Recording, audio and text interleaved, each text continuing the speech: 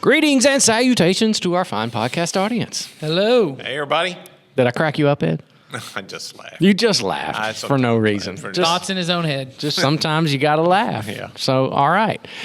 So today we have a special guest we're going to introduce in just a moment. We're going to hear from. Yeah. It's not Nathan. No. And but before that, we got a little bit of time that I wanted to use, and I want to talk about a headline that I saw. All right. And this headlines. This is going to be an interactive headline. Okay. That it caught my eye. It cracked me up, and I thought, I wonder if that's real. So, all right. What's the interactive part? You're about to find out. Okay. The headline is that recently, and I bet you this is one of those things that when I read the headline, I thought only in the pandemic would something like this have happened. But recently, a new Guinness World Record was achieved during the pandemic. Cool. Okay, and the record, I won't tell you what it is because we're going to try this out. The record was broken of how many M&Ms a person can stack on top of each other. Oh. Now, how many do you think is the record? Well, you know what? All right. I have our own. Everybody gets their own pack of M&Ms. Hey. Okay, I was going to ask you, is it those kind of M&Ms or peanuts? It's not the peanut because they're the rounded. They're the big really hard to rounded. stack, Yeah, I would it's think. these. It's Okay, I want to know the rules. Are they on the? Because you know me, Hey, Joel, nobody loves rules more than Yeah. Ed Martin. Can you see the table, Joel? Okay. So it's just flat on a table. All right. And this dude, some dude from England, has broken the record over the pandemic of how many he can stack on top of one another. Now, I don't know how long it took him. You know why you shouldn't have had to tell us England? Because everything over there, it's interesting. Whatever they do over there, of course. they're like, it's raining all the time, I got nothing else to do, and we don't have dental Way care. more interesting than what anything that's going on here. So my question is, can y'all even stack one? I have not been able to get one Look yet. at, I got one. Hey. There's one. I bet you practice. No, I just opened it up. Man. All right. I got one. I literally just went to the store and bought Okay. these. So now if I break the record right here in front of you, we're going to call the Guinness Book of World Records and see. I got another one. See, I can get the one, but once I get to the third one, I haven't gotten any. I mess I got up. a second one. So Oh, I just want to eat one. One. I got one. Oh, move my drink. Okay. I do think every time I get one, I will eat one. Well, yeah, me too. So I got one finally. It's a See, blue I'm one. getting the one pretty easily.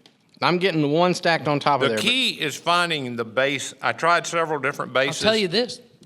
The yellow ones are easier to stack on top of. You think No, so? orange. Scientifically. Orange so far. He just made that up. I'm just saying. Orange so far has been the winner for me as the base. All right, I got two yellows Oh, you on got top two of yellows. each yellow. So on you're top in of each other. Nathan's camp. All right, so I'm gonna go find another yellow and try this out. I was This never is able so to- entertaining, isn't it? I was never able to get the. Our fine podcast audience is I loving will this. say that I On top had of two each stacks other. next to each Oh, other, man, I and thought I I- tried for a third one. I've had thought I multiple had stacks, three. but I Right now, the blue ones are horrible. I thought I had three there for a second. All right. I've So, just all given right. up and Here's- I am bailed on this game. So my question is, what do you think the world record actually was? 13. I think it. Joel wants to play. What do you Joel think, says Joel? 15. Joel's saying 6, 15. 1, 5, 15. Oh, Or 51. you know, you could speak, Joel. It's okay. He's saying 15. 15. What did you say? 13. 13? You think? I think I believe in the English people, and I think that this guy, probably with bad teeth, got Ed. all, You didn't have to go there. got all the way up to 31. Man, y'all have faith in the British. I'll tell you that right now. You're going to be shocked when I tell you. It's 2. It's 5. Okay, Wow. that makes it was really hard. It was hard. But they said the guy worked on it for hours, because he's in lockdown. Yeah. And he just kept working at it, and he videoed himself the whole time, turned it into the Guinness people, and they certified him with the world record is now 5. Because before that, it was 0, because no one else had ever wanted to do it. I think it was actually something because according to the article, he looked up a record that he might could break. He saw that one, he liked it, and I'm sure he enjoyed I eating do like we did. affirm that this is the best headline we've ever done because we got M&M's. We did get I M&Ms. told you. This was the best headline we've ever I'm done. I told you last week you were going to love this headline. You were right. So, All right. So now Y'all think the colored M&Ms taste different from each other? No. people tell me they do. I don't believe Who it. told you that? That is Just nuts. people. That they. is nuts. They. You know, when people say they say, That is ridiculous. they say I'm that gonna they try taste my different. own I don't believe experiment here. I'm gonna eat one. I don't know that I've ever eaten one M&M by itself. No, really. Yeah. I don't think I have either. So here we go. Blue. Yummy. Oh, this is the right way to do it. You hand me an M&M. I'm gonna tell And you. you're gonna guess I'm gonna tell you the color. All right, here you go. This is an interesting game. Here you go. All right. There you go. What color is it? But have you even tried them all to even know? That was yellow. That was brown. I'm brown. Exactly.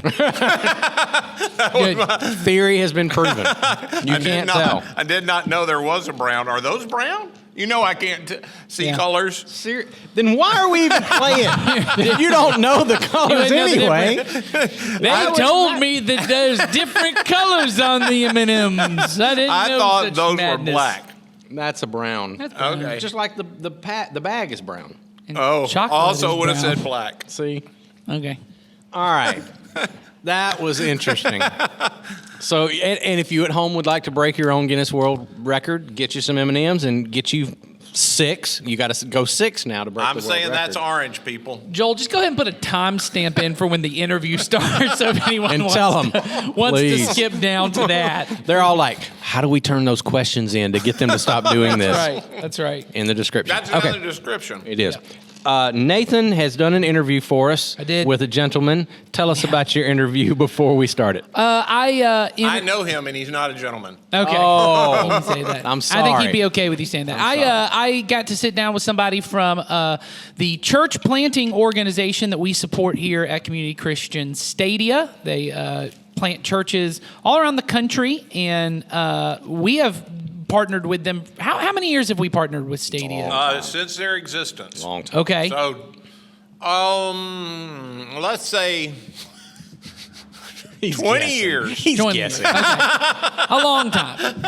But we've partnered with Stadia. A lot of people may not know that about our church, but we are a church planting church. We believe that the local church is the hope of the world. And so the more local churches we can have, we have a church plant here in Coweta County that we helped to did. start, Foundation in Noonan. Yay, Foundation. Great church. And so I sat down with Crockett Davidson, and if you like that name, Clearly an alias. yeah. He's in the witness protection program. No, we actually talk about his name, but Crockett, he himself was a church planter. He was. We're going to talk about that. He's working for Stadia to help plant churches. And we talk for a while about why it's important to start churches, that this is something Jesus actually calls us to be a part of, that churches would replicate, that we would, just like we talk about here all the time, that you personally would be making disciples and doing that, that churches themselves would do the same thing. So it's a really good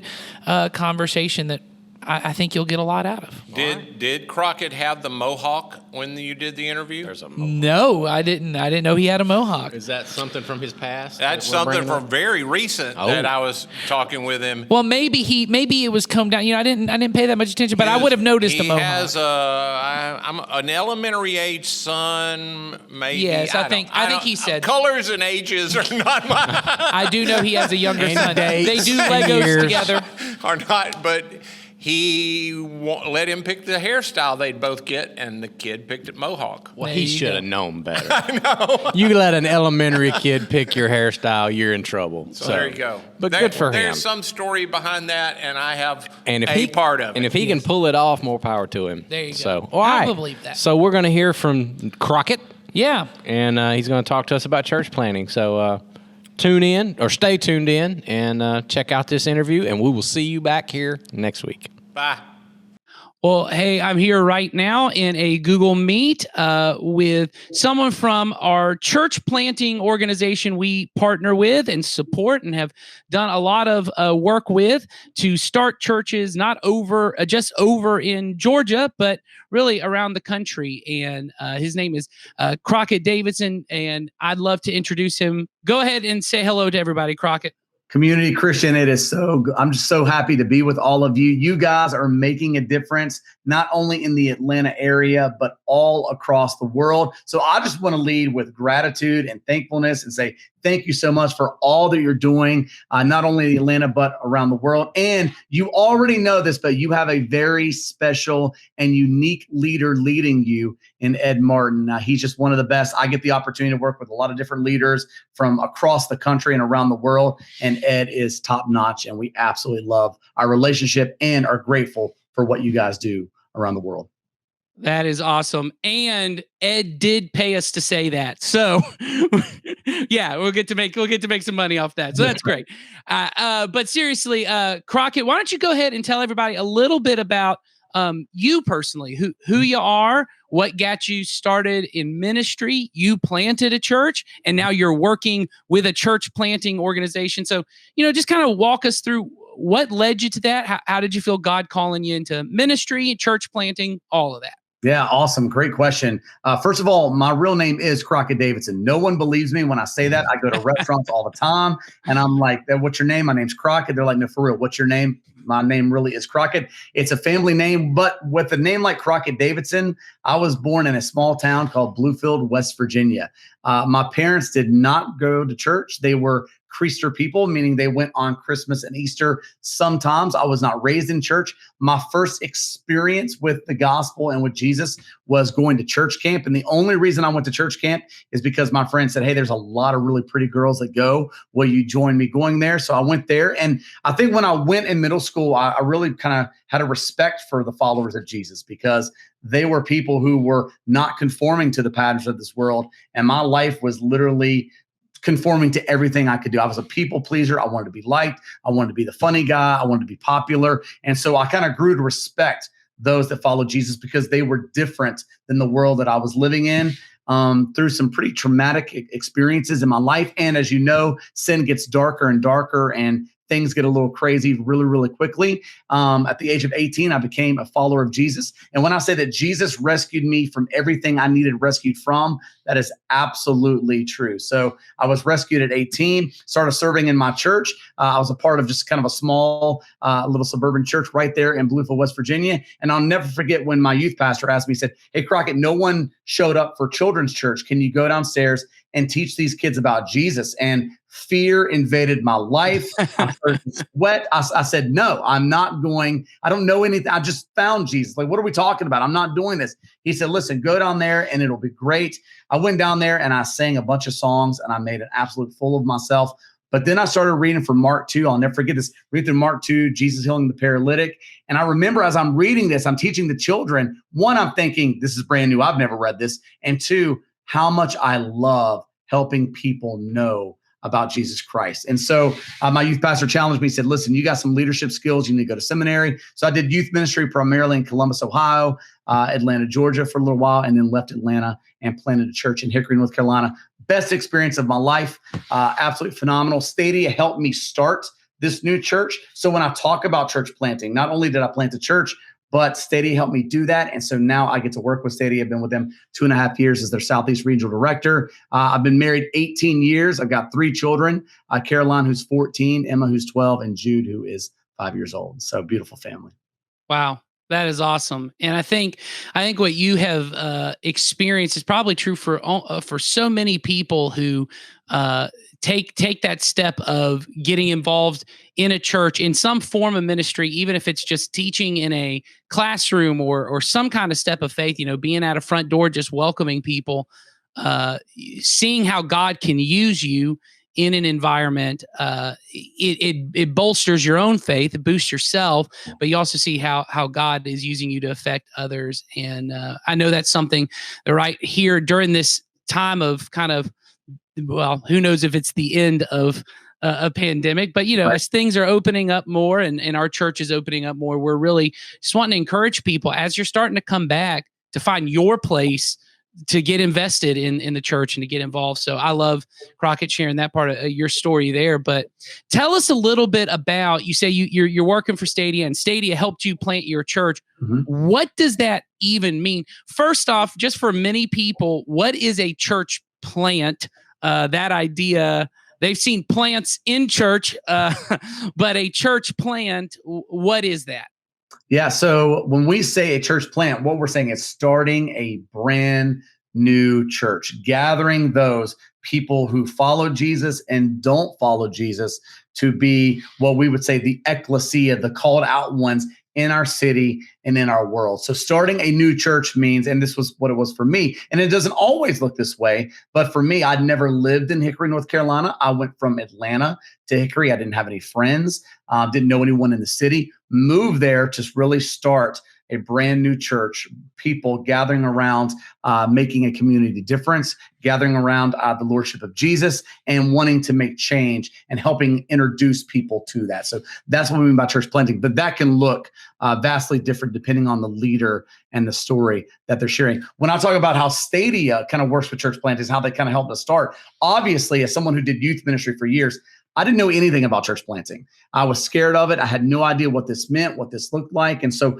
I go to an assessment process where they're looking at my calling and capacity and readiness. And I can't believe this, but they gave me a green light and said, yes, you should go plant a church. I don't think they would now, but they did when I was 28 years old. And so they said, yeah, go and plant this church. And so what that means is they're going to get behind me and they're going to serve me well. So that way, as a leader, I'm well and healthy. And the way that Stadia, and let me be clear about this, even though if you went to our website, stadiachurchplanting.org, or we say Stadia Church Planting, Stadia doesn't plant churches.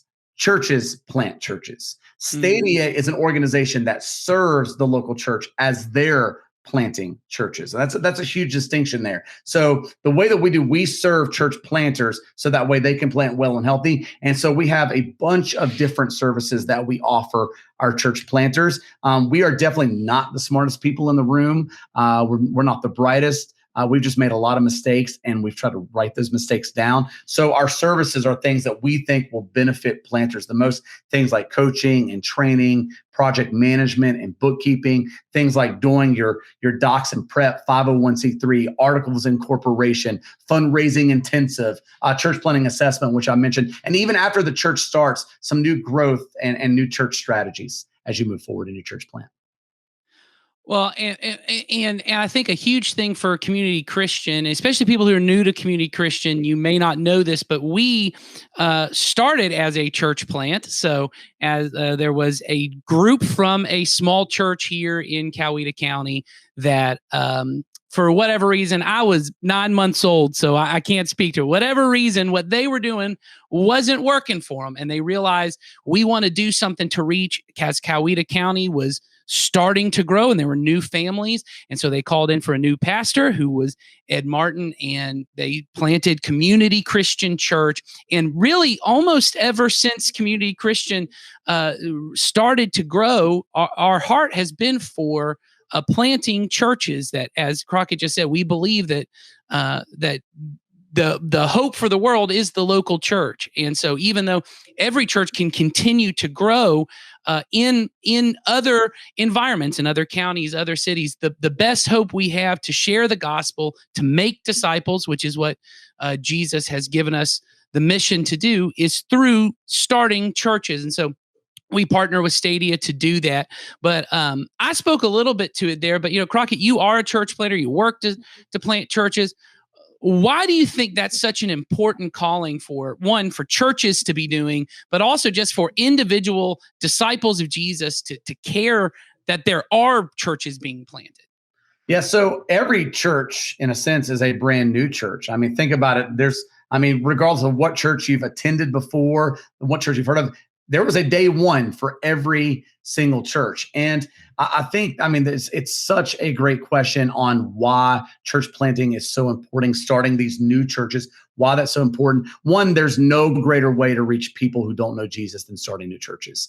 Some of the things that really blow my mind is 42% of those attending a church 5 years and younger are brand new believers. I think if you took a survey across all kinds of different churches of all kinds of different ages, it'd be hard to find 42% of their attenders are brand new believers. And again, the why, we have, when you read through the book of Acts, you see kind of the church of Jerusalem, it's growing. There's a lot of, Peter and James and some really foundational pieces are there. But outside of, maybe one who went to Samaria, you don't see it really going to the uttermost parts of the earth.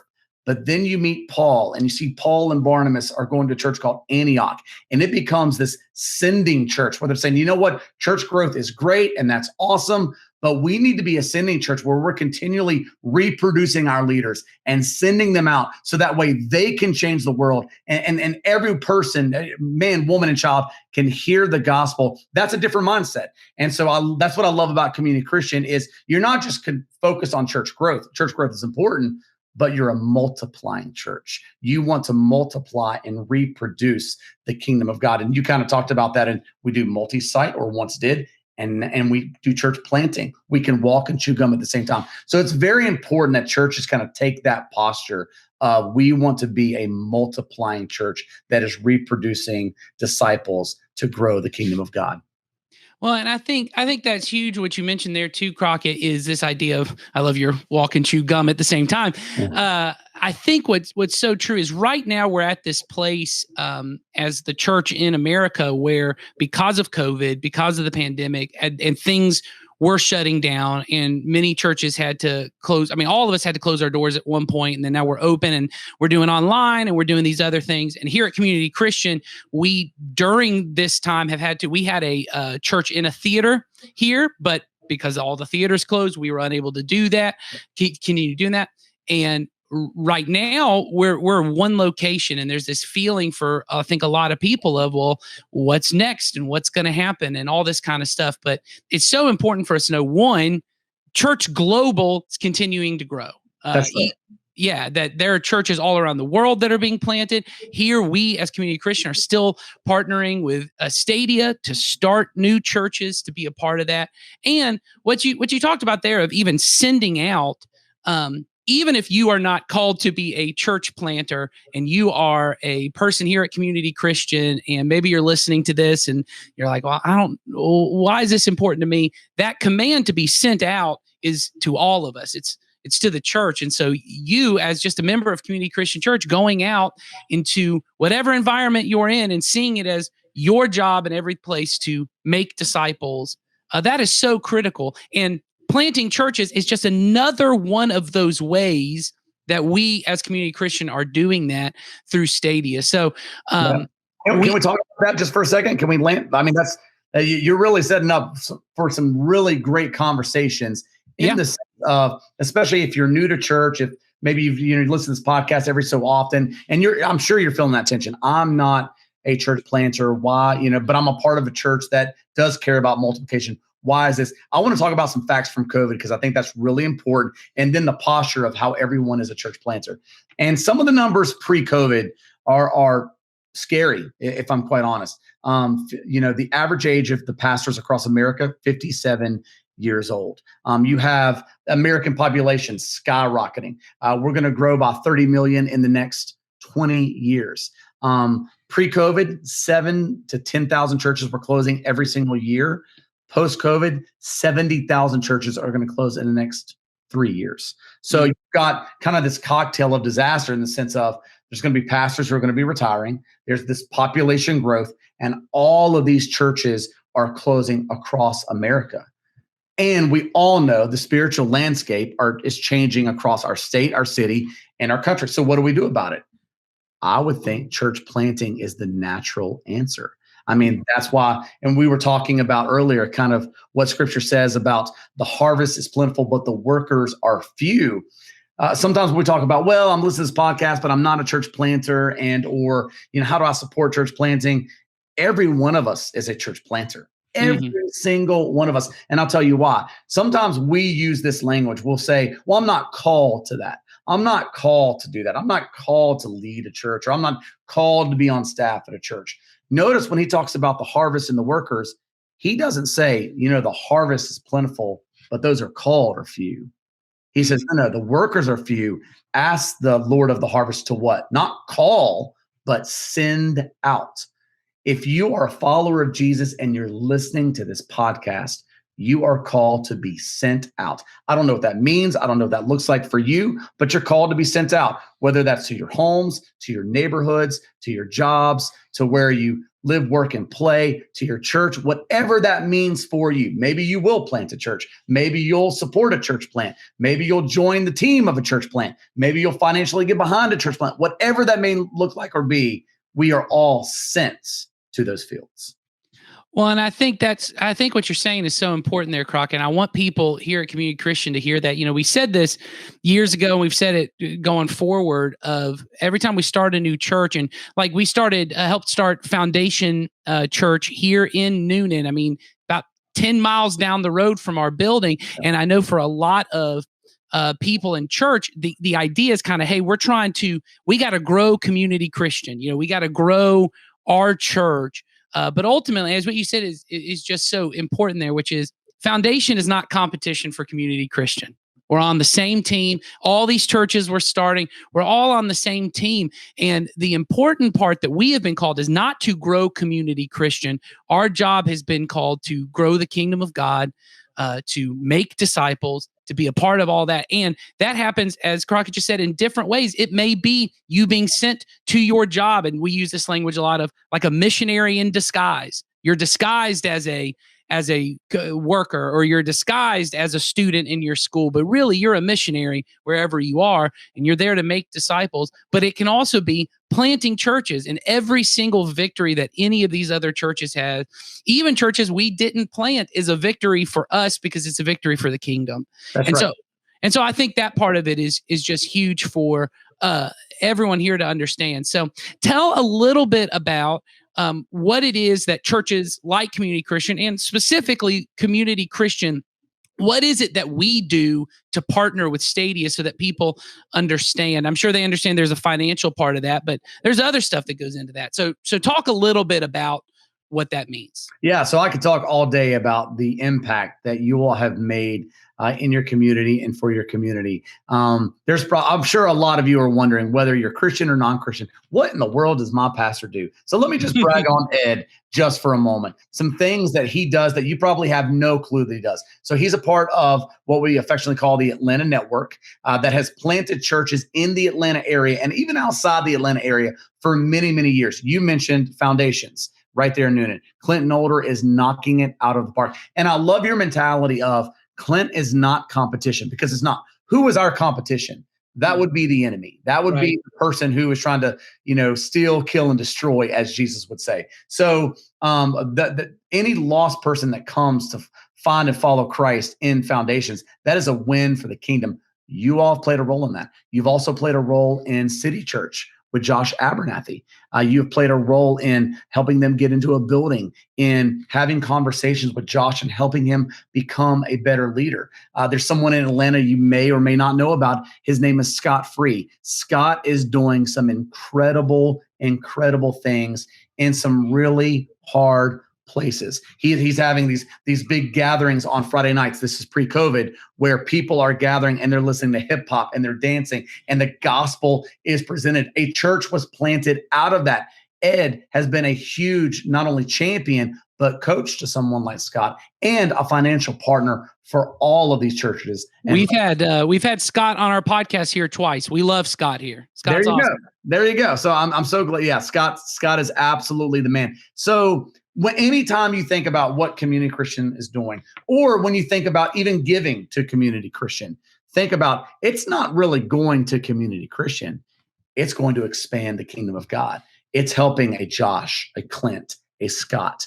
It's helping leaders that you'll probably never meet. Like, that's one of the things that excites me, is getting to heaven and actually spending eternity with all of these people. So people can actually come up to you, who's at Community Christian, and say, yeah, you don't know this, but your finances and your generosity helped in such a way that my family came to know Christ in this church plant in Hickory, North Carolina, or Atlanta, Georgia, or Texas, or around the world. I think we're going to have a lot of fun when we get there together and have those conversations.